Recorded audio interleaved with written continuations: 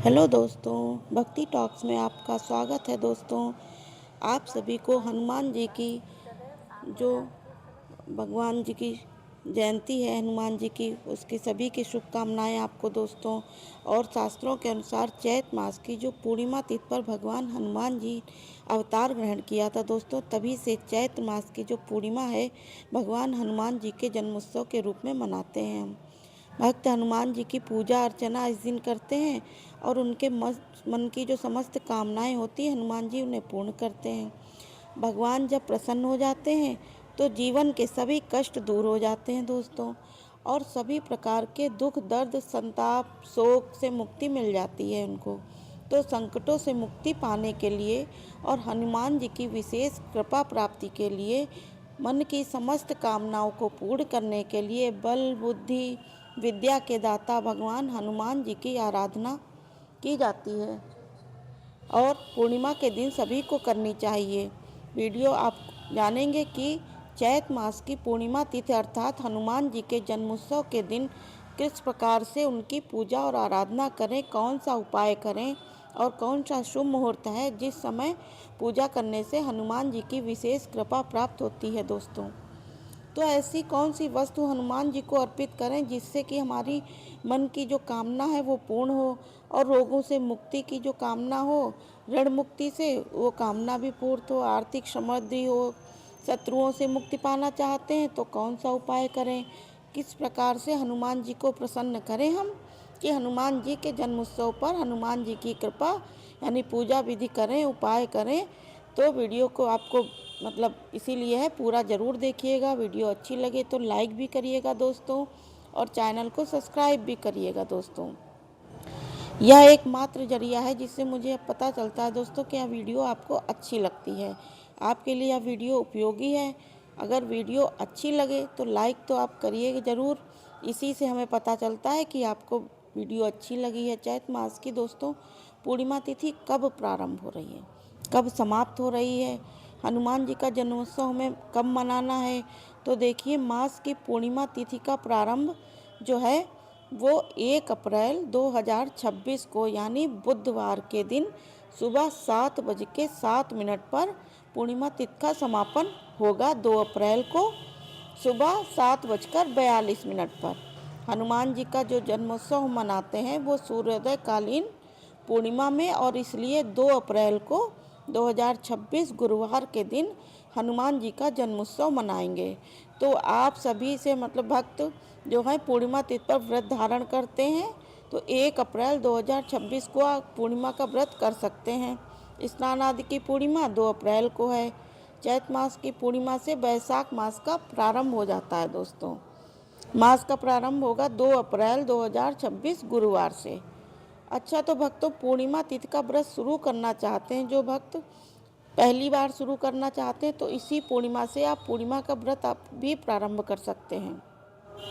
पूर्णिमा तिथि की संपूर्ण विधि को जानकर आपको चाहिए, चैनल पर अपलोड हो चुकी है पहले से। हनुमान उस जन्मोत्सव का शुभ मुहूर्त के बारे में देखिए तो 2 अप्रैल को सूर्योदय काल में सुबह 6:10 पर और सूर्यास्त होगा शाम को 6:40 पर। ब्रह्म मुहूर्त दोस्तों बात करें तो सुबह 4 से 5 बजे तक, और अभिजीत मुहूर्त की बात करें तो 12 बजे से 12:50 तक। हनुमान जन्मोत्सव पर पूजा का जो सबसे श्रेष्ठ मुहूर्त है वो 2 अप्रैल को सुबह 6:10 से सुबह 7:42 तक। दूसरा शुभ मुहूर्त है शाम को 6:39 से रात्रि के 8:06 तक। इन शुभ मुहूर्तों में आप हनुमान जी की पूजा कर सकते हैं दोस्तों। इसके अलावा जैसे आप चाहें तो ब्रह्म मुहूर्त में भी स्नान करके पूजा आदि कर सकते हैं, और दोपहर में 12 बजे से 12:50 तक का जो समय है अभिजीत मुहूर्त का, इस समय भी आप लोग पूजा आराधना वगैरह कर सकते हैं। बहुत सारे शुभ मुहूर्त हैं दोस्तों, और बहुत सारे शुभ योग हमें प्राप्त हो रहे हैं हनुमान जी के जन्मोत्सव पर, जैसा कि ध्रुव योग, हस्त नक्षत्र का संयोग रहेगा। ध्रुव योग सूर्योदय से लेकर दोपहर 2:20 तक रहेगा। इसके बाद व्याघात योग शुरू हो जाएगा, और फिर शाम को 5:38 तक हस्त नक्षत्र रहने वाला है। इसके बाद लग जाएगा नक्षत्र। तो 2 अप्रैल को हनुमान जी का जन्मोत्सव है। पूरा दिन ही शुभ है दोस्तों। सुविधा के अनुसार किसी भी शुभ मुहूर्त में आप हनुमान जी की पूजा कर सकते हैं। पूजा की विधि क्या होगी दोस्तों? तो देखिए, प्रातःकाल में जल्दी उठ जाइए, उठकर नित्य कर्मों से निवृत्त हो जाइए, स्नान कर लीजिए। करने के बाद लाल रंग के वस्त्र धारण करिए, क्योंकि हनुमान जी को लाल रंग दोस्तों बहुत प्रिय है। उनके लिए प्रिय रंगों में वस्त्र धारण करें। फिर एक तांबे के पात्र में थोड़ा सा गंगा जल शुद्ध जल से भर दीजिए और इस पात्र को, और फिर आपको थोड़ी रोली डालना है इसमें। लाल अक्षत डाल दीजिए, जो भी अक्षत हो वो आप डाल सकते हैं। लाल पुष्प आप अर्पित कीजिए। भगवान सूर्योदय को जल दीजिए। और हनुमान जी के जो गुरु हैं भगवान सूर्यदेव, तो जो भी भक्त हनुमान जी की कृपा की प्राप्ति चाहते हैं तो भगवान सूर्योदय को जल देते समय हनुमान चालीसा का भी पाठ करिए दोस्तों। निश्चित ही आपकी जो कामना है वो पूर्ण होगी। तो आज हनुमान जी का जन्मोत्सव है कल, तो ऐसे में उनकी आपकी जो भी कामना है उसे पूर्ण करना चाहते हैं तो सूर्य देव को जल देते समय आपको हनुमान चालीसा का पाठ करना है। अपने मन की कामना कहनी है। निश्चित ही आपकी कामना हनुमान जी और सूर्य देवता की कृपा से पूर्ण होगी। इसके बाद हनुमान जी की पूजा के लिए चौकी लगाइए दोस्तों। घर के मंदिर में जहाँ हनुमान जी विराजित हैं वहाँ पर पूजा कर सकते हैं। आपके घर में हनुमान जी की अगर फ़ोटो नहीं है, मूर्ति नहीं है, तो आप चाहें तो एक दिन पहले लेकर आ सकते हैं। या मतलब घर के मंदिर में हनुमान जी की फ़ोटो या फिर मूर्ति होनी ही चाहिए। और मान लीजिए कि आपके पास हनुमान जी की फ़ोटो या मूर्ति नहीं है, तो ऐसे में आप क्या करेंगे? ऐसे में आप चौकी पर विराजित कर सकते हैं श्री रामचरितमानस को।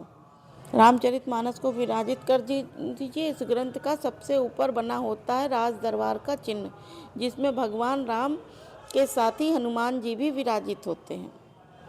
विधि विधान से भगवान राम के मतलब पूरे दरबार के साथ आप हनुमान जी की पूजा कर लीजिए। ठीक है। फिर हनुमान चालीसा आपके पास होगी, तो सभी के पास होती है। हनुमान चालीसा के ऊपर भी हनुमान जी बने होते हैं, तो उसमें से भी आप हनुमान जी की पूजा कर सकते हैं। और लकड़ी की चौकी पर ऊपर लाल कपड़ा वस्त्र बिछाइए, उसके ऊपर हनुमान जी का चित्र, मूर्ति या फिर आपके पास जो भी है वो विराजित करिए। और उसके बाद शुद्ध घी का दीपक जलाइए और व्रत को, अपनी पूजा का संकल्प लीजिए व्रत का। देखिए, बहुत सारे भक्त हैं जो हनुमान जी के जन्मोत्सव पर व्रत धारण करते हैं। अगर आप व्रत करते हैं तो व्रत का संकल्प ले सकते हैं, नहीं तो सिर्फ आप पूजा करके भी पूजा का भी संकल्प ले सकते हैं। संकल्प करके जब हम पूजा करते हैं आपकी कामना के साथ, तो हमारी कामना शीघ्र ही पूर्ण होती है और हमारी पूजा का संपूर्ण फल दोस्तों हमें प्राप्त होता है। तो संकल्प के साथ हनुमान जी की पूजा करना है। दीप प्रज्वलित करके हाथ में जल पुष्प लेकर भगवान हनुमान जी के सामने अपनी पूजा का संकल्प लीजिए, व्रत का संकल्प लीजिए। इसके बाद हनुमान जी को तिलक करिए। लाल सिंदूर से या चमेली के तेल से थोड़ा सिंदूर मिलाकर हनुमान जी को अर्पित करके उसके बाद उसी उंगली से मस्तक पर तिलक कर लीजिए। और चमेली के तेल में थोड़ा सिंदूर मिलाया, फिर उसमें तिलक कर दिया। मुख्य द्वार पर दोनों तरफ स्वास्तिक बना लीजिए इसी से। और घर के किसी भी प्रकार की जो नकारात्मक ऊर्जा है वो प्रवेश नहीं होगी। अपने मस्तक पर तिलक किया है आपने, तो आपके मन के नकारात्मक जो विचार हैं वो नहीं उत्पन्न होंगे। आज के दिन हनुमान जी को लाल पुष्पों की माला अर्पित करने से समस्त प्रकार के सुख, समृद्धि और संपदा की जो कामना पूर्ण होती है। कि कोई भी आपकी विशेष मनोकामना है, जैसे कि धन प्राप्ति की हो, संतान प्राप्ति की हो, जीवन में सफलता पाना चाहते हैं, मुश्किलों के संकटों से मुक्ति पाना चाहते हैं, तो ऐसे में हनुमान जी को पंचामृत का भोग लगाइए दोस्तों। और दूध, दही, घी, शहद, शक्कर, इन पांचों चीज़ों को मिलाकर एक पात्र में रखिए। तुलसी पत्र डालिए इसमें और 2 तुलसी के पत्ते आपको डालने हैं और हनुमान जी का भोग स्वरूप अर्पित कीजिए। और फिर अपने मन में कामना कहिए दोस्तों कि निश्चित ही आपकी कामना पूर्ण होगी। ऐसा कहा जाता है कि हनुमान जी को अगर मोतीचूर के लड्डू अर्पित करते हैं, जितने भी दाने मोतीचूर के लड्डू में होते हैं दोस्तों, उतने जन्मों के पाप आपके समाप्त हो जाते हैं और आपके जो कष्ट हैं वो दूर हो जाते हैं। हनुमान जी की विशेष कृपा जो है वो आपको प्राप्त होती है। आपका जीवन खुशियों से भर जाता है दोस्तों। मोतीचूर के लड्डू हनुमान जी को अवश्य अर्पित कीजिए। विधि विधान से हनुमान जी की पूजा कीजिए। उसके बाद वहीं बैठकर आपको मंत्रों का जप करना है। मंत्र कौन से जपने हैं? तो सबसे पहले बहुत आवश्यक है हनुमान जी के जन्मोत्सव पर हनुमान चालीसा का पाठ करना। बजरंग पाठ भी आप कर सकते हैं। इसके अलावा जैसे सुंदरकांड का पाठ आप करते हैं, आपके जीवन में समस्त प्रकार की जो बाधाएं हैं वो समाप्त हो जाती हैं।